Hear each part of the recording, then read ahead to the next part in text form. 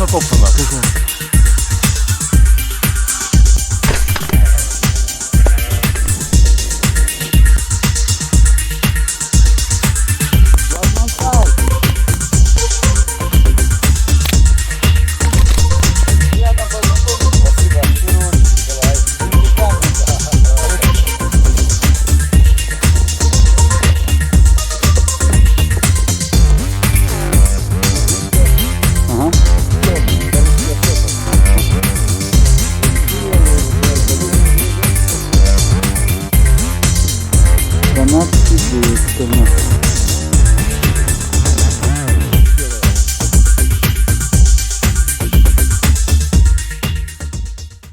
Уважаемые зрители, раннее утро.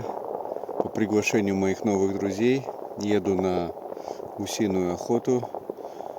11 января, температура минус 12 градусов. Если честно, первый раз охочусь в такую холодную погоду. Планирую, точнее, охотиться в такую холодную погоду. Неизвестно, ушел ли гусь с этого охотхозяйства. В такой мороз замерзла ли Эльба. В общем, будем смотреть, буду держать вас в курсе событий. Вперед! На выезде из города туман. Может, это поможет нам на охоте. Эта охота не была запланирована Сергеем заранее. Она состоялась внезапно, по приглашению двух братьев, Сергея и Николая. Охотничье хозяйство находится примерно в 70 километрах к северо-западу от Гамбурга. В этот раз организаторы из-за экстремально холодной погоды, снега, отсутствия ветра и облачности приняли решение не расставлять чучело с утра. Было предложено встретить гуся, как говорят охотники, на вылете. Вот парочка, как говорят разведчики. Он там остается?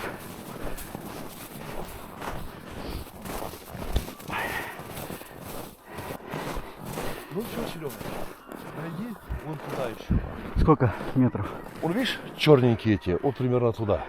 Не близко, может вот так? Не-не-не, вот так. Ага. Все. Давай. Метров 150? А? Метров 100? 150? Да.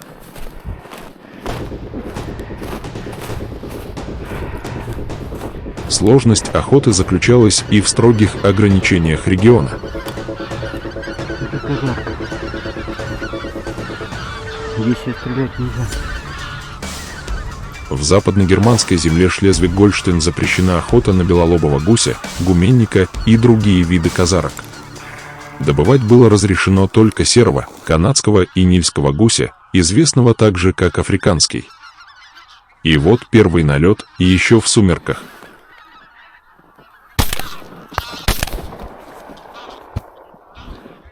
Сергей уверенно первым выстрелом добывает серого гуся.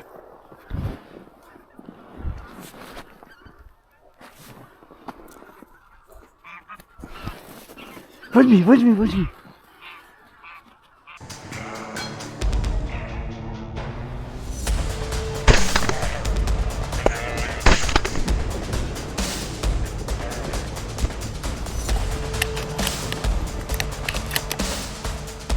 На звук выстрела мгновенно среагировал ягдерьер хозяина и сразу прибежал к месту падения птицы.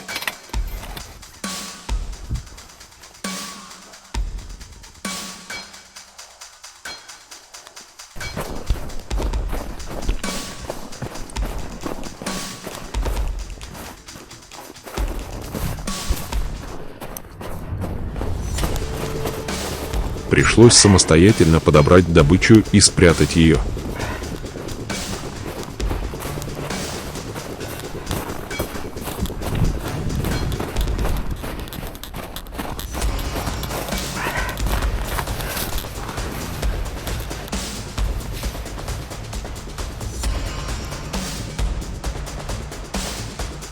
После этого Сергей вновь замаскировался и стал ожидать продолжения охоты.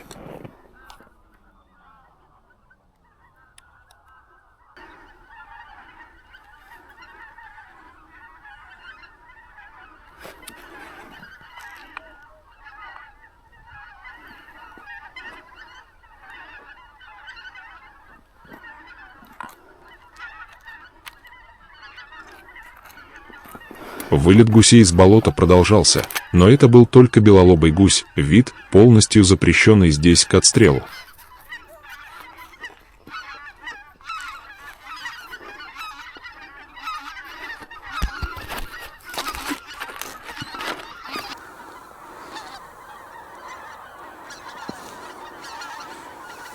Для охотников такое ограничение выглядело спорным. Большое количество белолобого гуся на зимовке ясно показывало, что в данный момент популяции ничего не угрожает.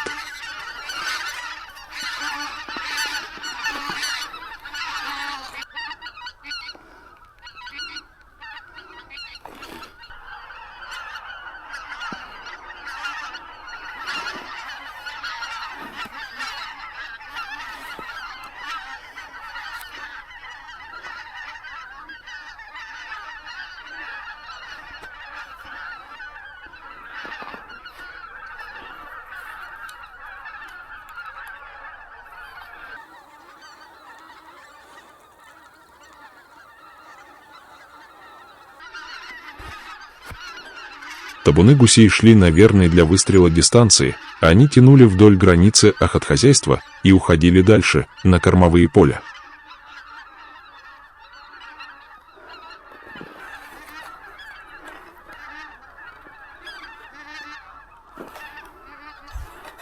Казарки хорошо. Серого гуся пока видно не было. Юлка есть.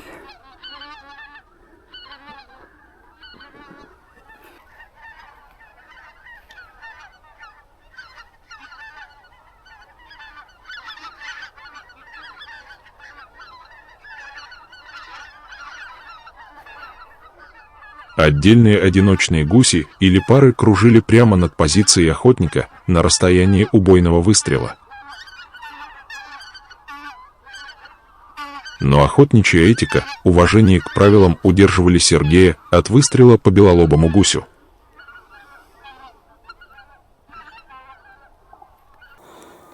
Вылетела опять казарка. Это вот серый кружит. Еще что-то поднялось. Вот это сераки идут. Вот это сераки. Как же мне.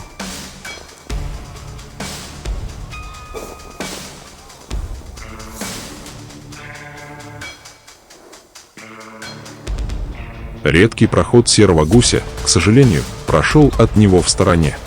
Далеко!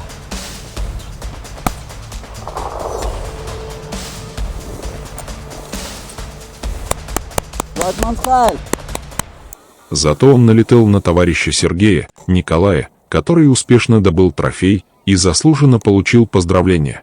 Неудобно вправо было. Я думал, на тебя найдет лучше.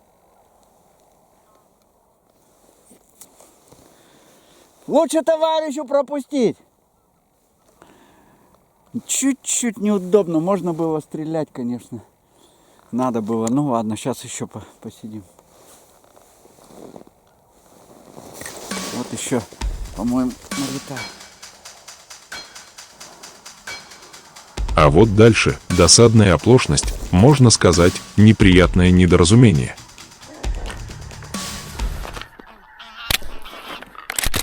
Пара серых гусей вышла точно на верный выстрел, но затвор полуавтоматического дробовика оказался не полностью закрыт. И вместо выстрела раздался лишь сухой щелчок. Досада была полной, верная добыча уходила от Сергея.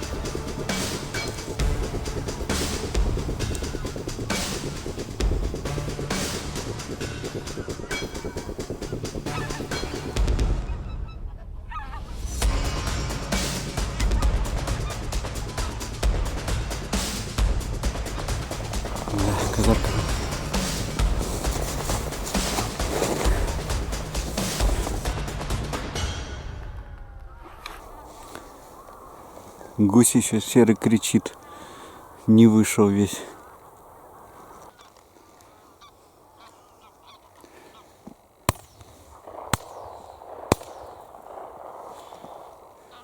Зато у его коллег охота складывалась значительно удачнее.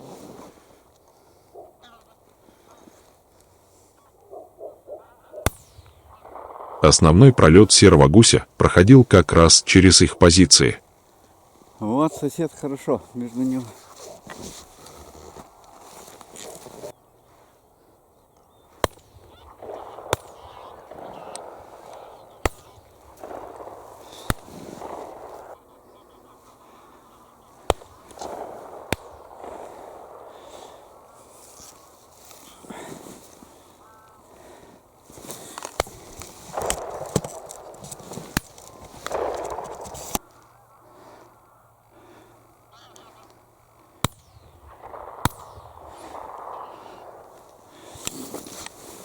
Отлично стреляет.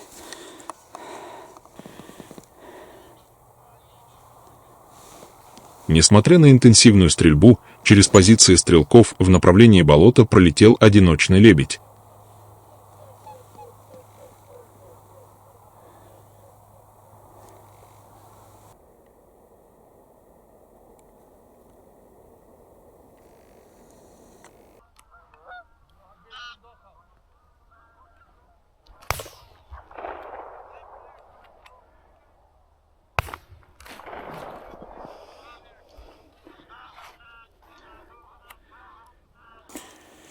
Канадские.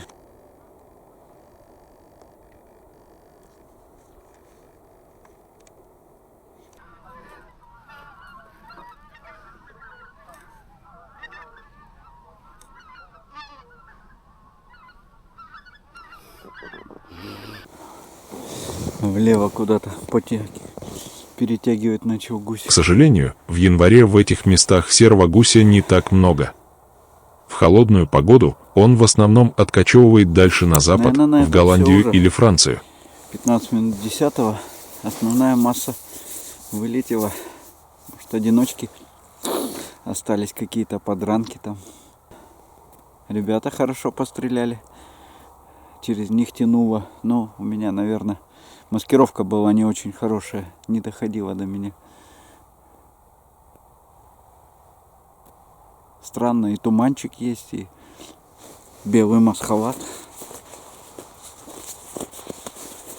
Все равно. И прятался я за... И не налетало. Ну ладно. Интересная охота все равно. Гуся много. Казарка. Даже канадского увидел. Которого я уже лет 10 не видел. Холодно, правда. Минус сейчас 10. Влажность. Лебедь пролетел. Сзади откуда-то нашел на воду. И с добычей главное. Добыча тоже есть. Не пустой. 2 патрона выстрелил.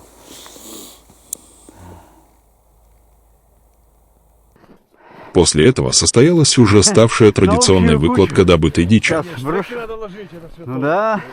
Мы всегда ложим. Даже одну утку убьешь, и то что не делаешь. Вайтмансхай. Спасибо. Пожалуйста. Полем. Полем. Мои новые старые товарищи. Приятно познакомиться. Спасибо. В первую очередь. Николай. С земляками. Очень приятно, царь, говорит. Да. Вот. Зачищен банкет. Говори. Спасибо за такую прекрасную охоту, в такую погоду нашу. Морозную, как мы любим. Да, за такое штреки, такой вот красивый результат. Вот. Очень много дичи. Казарки вылетело. Вот. Серый, да, и даже канадскую, лебедя. Мы практически все, и утка моталась. Утка мотала. А приходило сколько утки? Да, утка моталась, но не налетала она над водоемом. Вот, мы добыли сегодня 9 серых гусей, граугензе. Вот, ну, всех подранков подобрали, собачка работала. Чуть-чуть, правда, лапу порезала, да замерзла, но ничего страшного. Еще раз большое спасибо. Красивая охота. Просто даже не в добыче дело, а... Да, оно как всегда, не в добыче, в удовольствии. Не, ну такой вылет, он наш. Да. Не то, что там один там потянул какой-то перепуганный, а именно шалманами выходило. Так, под ружья немного, да? не Замерз, на морозе не работает. Да, минус 10. Минус. Ничего, берета работает. Ну, надеюсь, до следующего раза, да? Дай бог. Вот, да, на охоте всегда очень приятно повстречаться. Затем коллеги Сергея решили показать ему угодья и рассказать подробно об охотничьем участке. Тут вот речка Ага, Штер, по-русски осетр. ага. Я уже на карте посмотрел. Ну, Красивое место тут. И кабан, наверное, да, проходящий есть. тут нет. Нету? С той стороны у нас примерно 1800 гектар. Ага. Вот, Ингузин. И кабан, и олень, и лань. Вот, все, а косули завезло полно. Туман. А это вода заходит или Да, выходит? сейчас заходит. То есть получается сейчас прилив. Да, начинает чуть-чуть давить. Еще не сильно, но начинает Здесь давить. оно не замерзает из-за того, что вода приходит и ходит постоянно. Оно не замерзает из-за этого. Поэтому будет... Ах, челюзни. Серая вон сзади. Здесь в эту речку, здесь, как с Берлином связано. Еще 20 или 30 лет назад стали запускать осетра под Наймюнстером там. Сделали эти... Нерестилища. Ага. Сейчас приходит осетр на нерест, ямы выбивает, лошадь спрятать можно. Это где-то конкретно замерзло, даже большие озера, скорее всего. Да. Вот, и он сейчас посидит, полчаса прилетит и тут по полю будет лазить. Да? Да, что же ему делать еще? Сейчас на нас гуси налетят. Да их 100%. летят. Вон они, пара. Пара. Не целый день.